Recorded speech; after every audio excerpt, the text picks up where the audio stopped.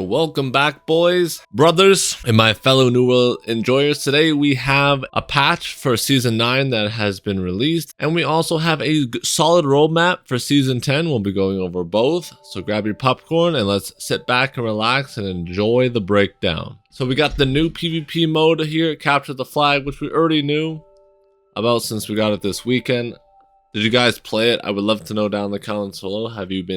Did you find it fun too, the 10v10? But they also plan to launch with 2 maps. We are going to get an additional map that I do believe they covered in their video. So that will be solid. We're getting more content. 3 3v3 maps, 2 Capture the Flag maps, and 2 OPR maps. Man, is it Christmas, dude, because we're getting a lot of maps. Feels real good. It's going to be in a 50-50 rotations. I just can expect classic flag capturing chaos in New World Aeternum with a twist. That's going to be pretty fun. More PvP variety is always very good instead of always doing the same thing over and over again. And they're going to be releasing the temple map as well in Season 9, so we can look forward to that. Did you guys like that map? I thought it was a pretty good map. It was kind of big, but it felt nice because it was a new dynamic map they added, so I did rather enjoy that. Free-for-all updates. Let's see. Anti-grouping curse. Stay too close to other players in the free-for-all. You'll start accumulating a debuff, reducing outgoing damage and increased damage taken. Kills to reduce stacks, died to reset.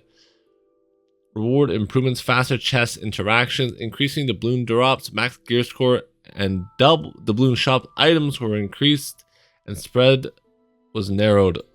So they're going to be basically here just increasing the drop rate of doubloons, making them easier to acquire. The chest won't take as long to open, so that is nice.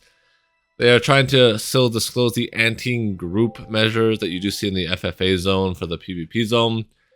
I don't think it's ever going to matter. Nothing they do here will fix that issue, simply because it's just the nature of PvP. People are always going to want to gather an unfair advantage no matter what. So the people who are going to do it, I think, are still going to do it, and it's very little that they can do. Something they could do is they could add more entrances to the PvP zone so you don't always get funneled out of the 2 locations, so that would be nice. But I don't think they're worried about that. I think they've kind of given that up for now. They'll be focusing on other things, which is fine. Then we have some new artifacts coming in. These artifacts are from the...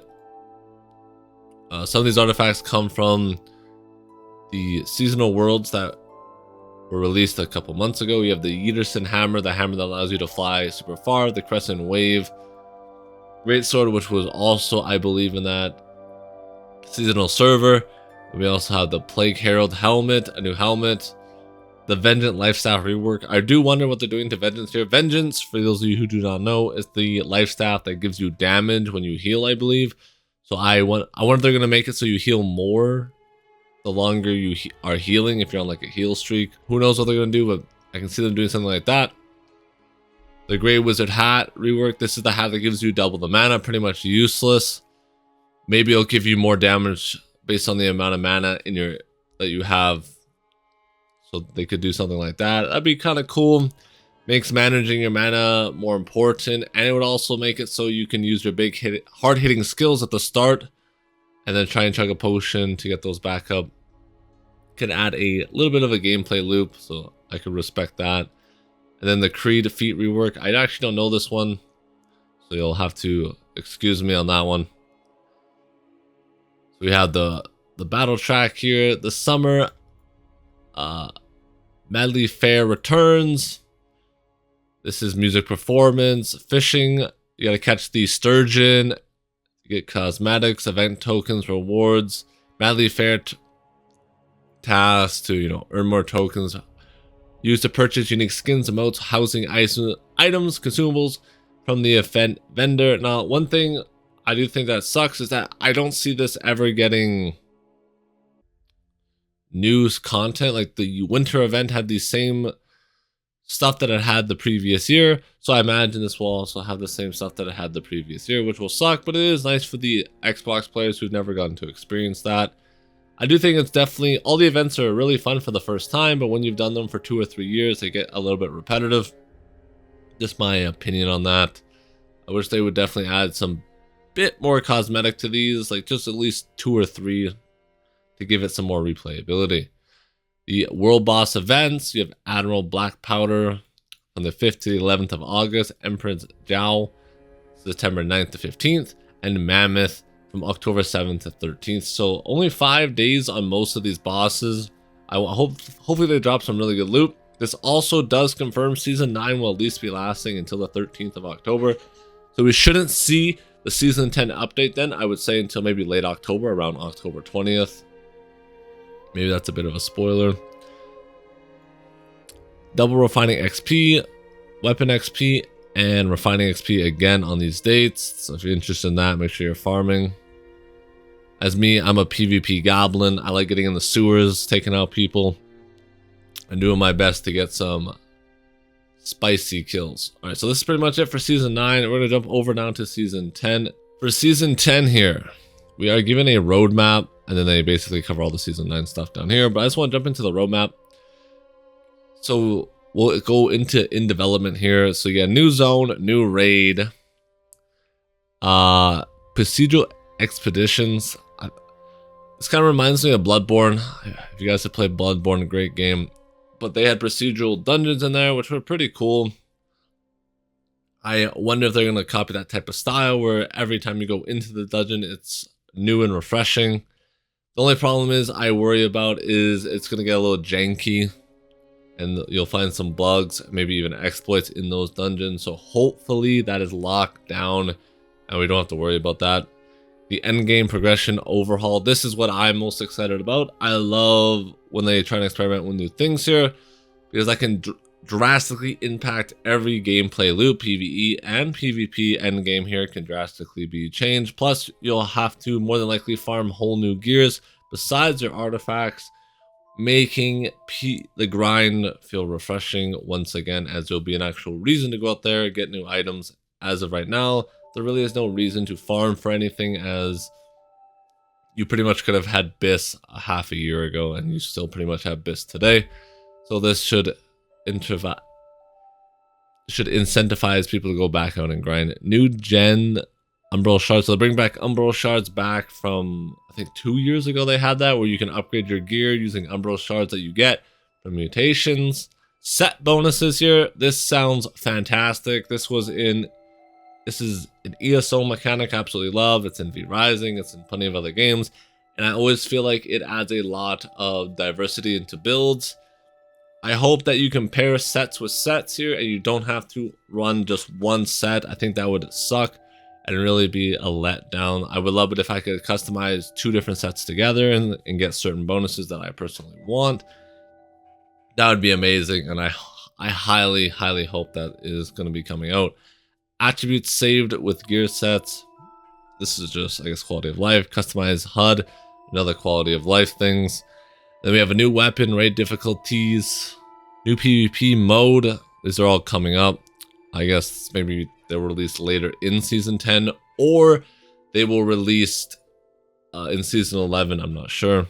New heart runes. That's cool. I do think, quick side note here, I think heart runes should be buffed. I think heart runes don't have enough of an impact in this game.